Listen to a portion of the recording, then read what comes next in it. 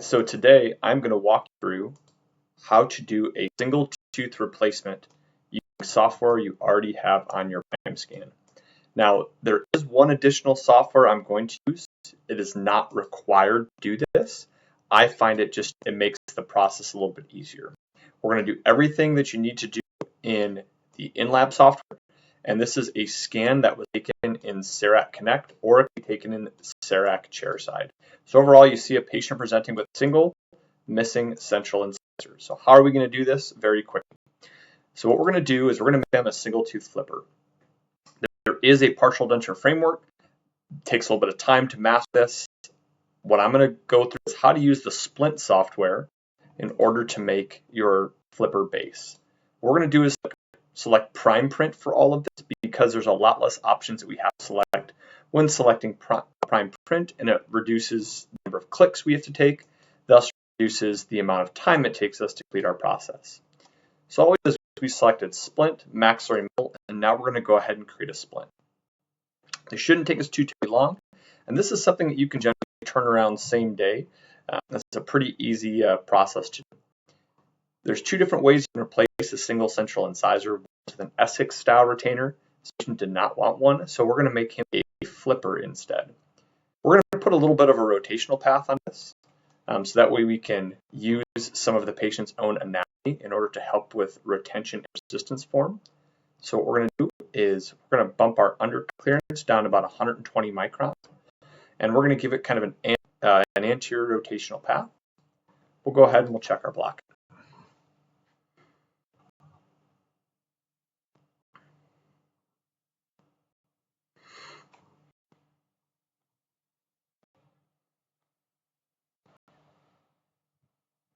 All right, so here we go. Everything looks really good. Let's get rid of the lower jaw. And let's go ahead and let's draw our denture base. The reason I like to use the Splint software is most of us are familiar with how to use this already. We're going to go ahead and we're going to draw beneath our level of occlusion into our embrasures. Now in the interior, we're going to avoid the embrasures based on this patient's bite. And now we'll go ahead and put a little anterior piece here.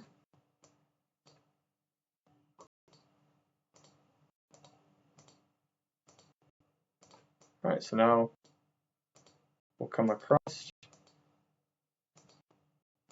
Now we can trim all back. I'd much rather create a little bit more base and not need it and have to trim it and try to add it chair side. It's always a little more difficult to add chair side. So overall, you can see how we get into all of our embrasure areas to create some nice undercuts, locks on the back side of the teeth, and we can always trim this down when it comes out. Now what I'm going to do is we're going to make a little adjustment here.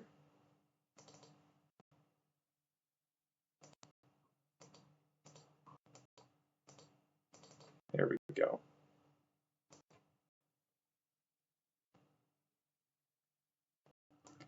All right, straighten this out.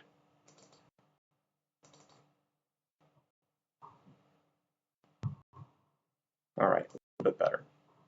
So now what we do is we're going to make our thickness about 1.25, somewhere in that range, 1.25 to 1.3. I've got my spacer set at 80 microns, so that way it's sitting relatively intimately close to my teeth, but still allowing for that tissue to compress. And now we're going to go ahead and click apply. So you can see here is our overall denture base, and we can trim this out once this comes out of the 3D printer. We're next. One thing I really like about this software is we know this could create an anterior interference or an occlusal interference. So all we have to do to correct that is click Consider Jaw.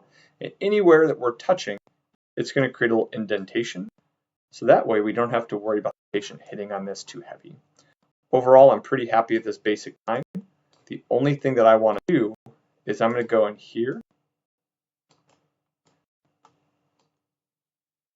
and I'm going to create a little, let's go ahead in my smooth tool. I'm going to create a little area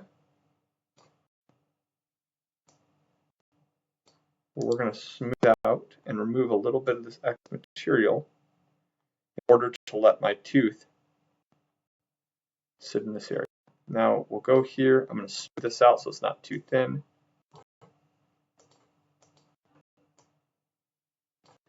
Sometimes it can create these little spikes. We'll go here. We'll smooth that out. So now you can see we've got a nice area for this tooth to sit. We're going to remove this down just a little bit more and create a nice little saddle area for that tooth to sit. Now we'll go ahead and we'll smooth, smooth, and smooth. All right, so here's where our tooth is going to sit, and we're going to use it to join our tooth to our base. So I'm all done. We're going to go ahead and export as an STL, and we're going to save it as denture base.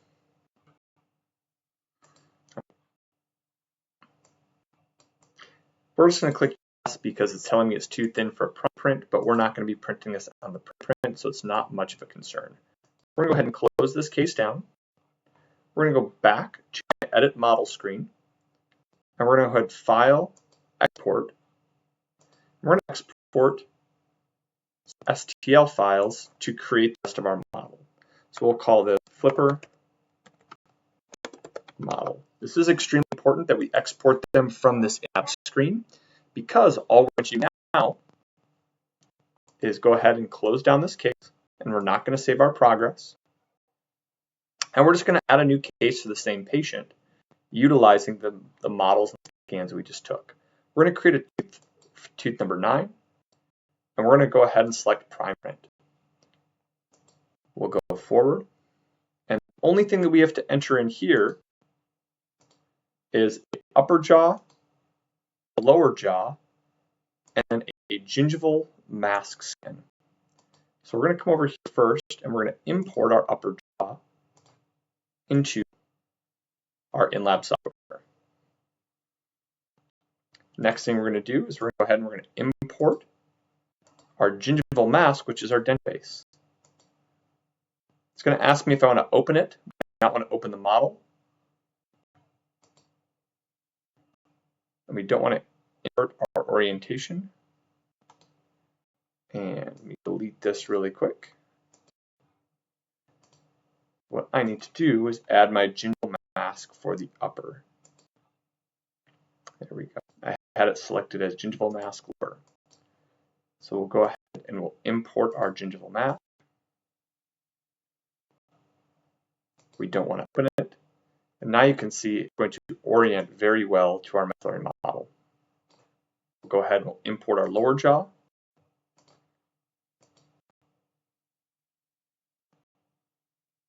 And you can see the green check mark means that the models are already equilibrated with each other. That's why it's so important to export these out of Inlab. We can do this on a color model, unfortunately, just because we don't have OBJ exports at this time. So now what we're going to do is put the upper gingiva in. We're going to look at the upper jaw. Everything looks good. We'll go with our model axis.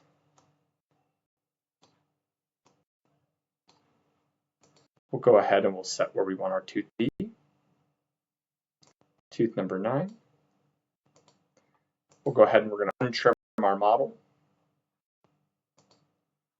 And then we're going to draw our margin. For our margin, what I'm going to do is I'm going to put in our upper gingiva. And we'll go ahead and make this about 50% transparent. Now what I'm going to do is start drawing a manual margin.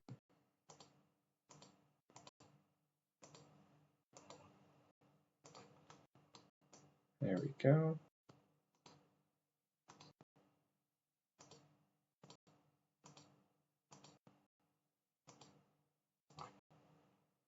There we go. All right, so there's our margin.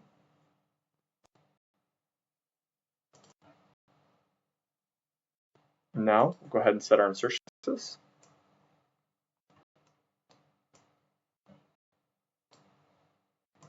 So here's the tooth that the computer decided to design. So what we're going to do to make it a little bit easier for us to see what this is going to look like is we'll go ahead and we will display our objects. And we are going to show our upper gingiva. So here's what it's going to look like. So we're going to use our shape tool. I like our 2-directional. We'll go ahead and make some adjustments here. Take this tooth, kind of bulk it out a little bit in this area here. Bring our distal line angle in.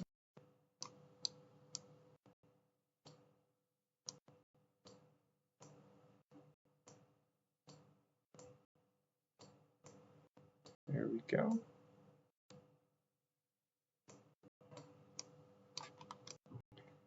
All right. All right. Next thing we're going to do here is bring the entire line angle back. Distal line angle back. Now we have a pretty nice custom denture tooth. Now we're doing a couple adjustments here.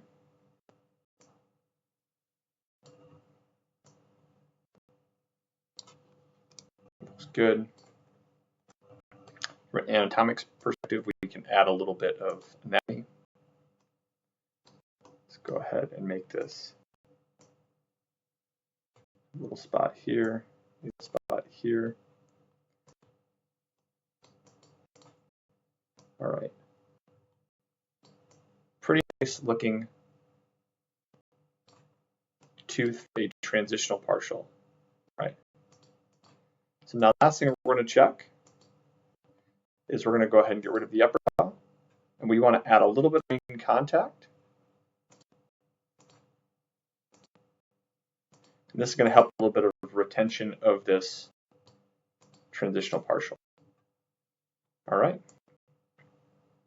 Now, if we're happy with this, let's go ahead and put the upper jaw back together. And here is our basic design. Now what we're going to do from here is we'll go ahead and we'll go to Finalize. And then we'll go forward. And we're going to export this as an STL to the desktop, and we're going to call it denture tooth. All right. Now what you could do for this portion, if you would like, is we actually could, to make life a little bit easier, go back to administration one more time, vertically seat our restoration without our geometry being considered. Now our tooth is going to be put onto our model. Okay. And now we can go ahead and file, and we can export solid model. Export, STL,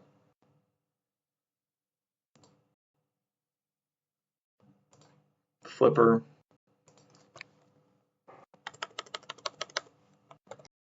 solid. Okay. So now we're going to go ahead and we are actually going to use the software that I like to have to make life a little easier, which is Mesh Mixer. Easy software to use, especially if you're using relatively simple applications. So we should have our flipper solid upper jaw.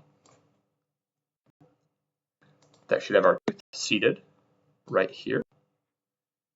And we should be able to separate our shells. Now we look here, sometimes the tooth won't separate from the shell.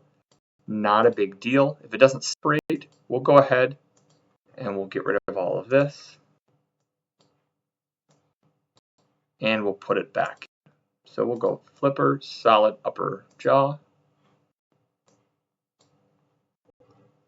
Then we'll put in our denture tooth, put in our denture base, and we'll drag these in. And we're going to append them to our model. Now if you look here, you can see we've got a denture base. We have our model where our tooth should be. So how are we going to move this tooth into position? Well, the easiest way for me is to use the edit and transform functions, and we'll use our existing tooth that we put on solid model as our guide to get this tooth in the proper position. So what I need to do is rotate this tooth around. And honestly, to me, this is the hardest part of the whole process, getting the tooth in the right position. And it's really not all that difficult. So now we can move this tooth into the general location it needs to be.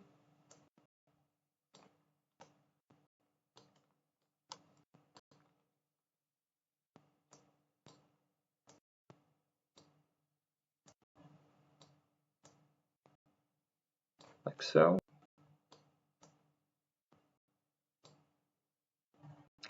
Change it to world view and really get this tooth dialed into the right position.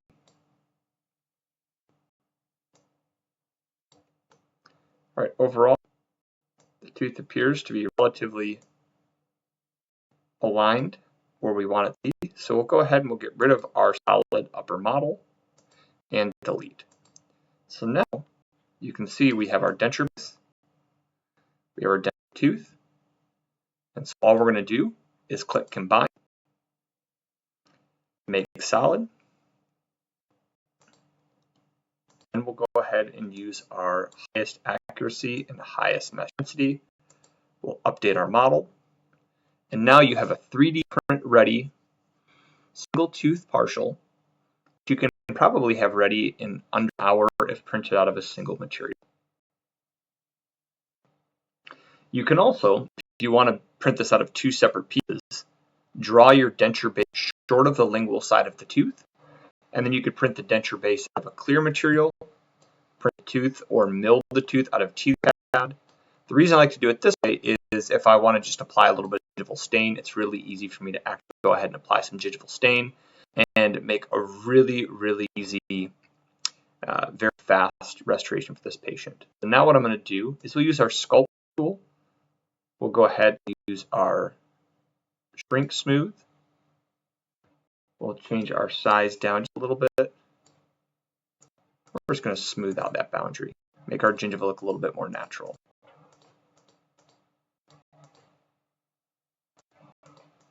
Okay, on this side over here, and we'll smooth this little boundary. All right. Now everywhere you see these little spots, that's where the patient was occluding.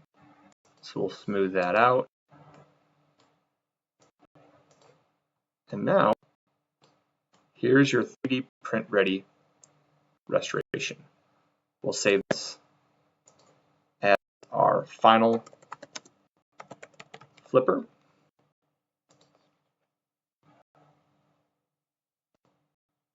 We'll open our 3D print software, and you can see I already have it here to show you. This 3D printed restoration is really going to cost about $2, take an hour and 24 minutes. So that patient can come back later in the day and pick this up. There are faster solutions that you can under an hour by 3D printing a model and making an S6 retainer, which we could go over another time with another video. But just in case you're wondering how to do this with software you already have on TimeScan, this is a pretty quick and easy way to do it. Hopefully you enjoy the video, and you can see that it's relatively simple, takes under 20 minutes, and we can provide a nice, cheap restoration without having to do a salt and pepper technique or any acrylic work ourselves.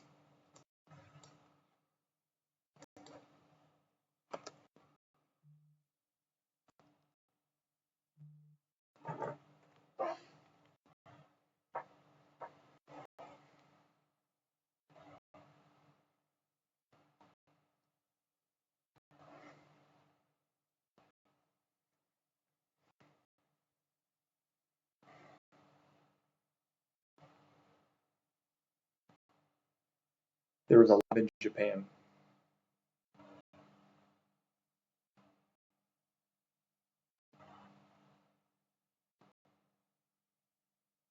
And they don't really have any lab options, period. I was trying to present a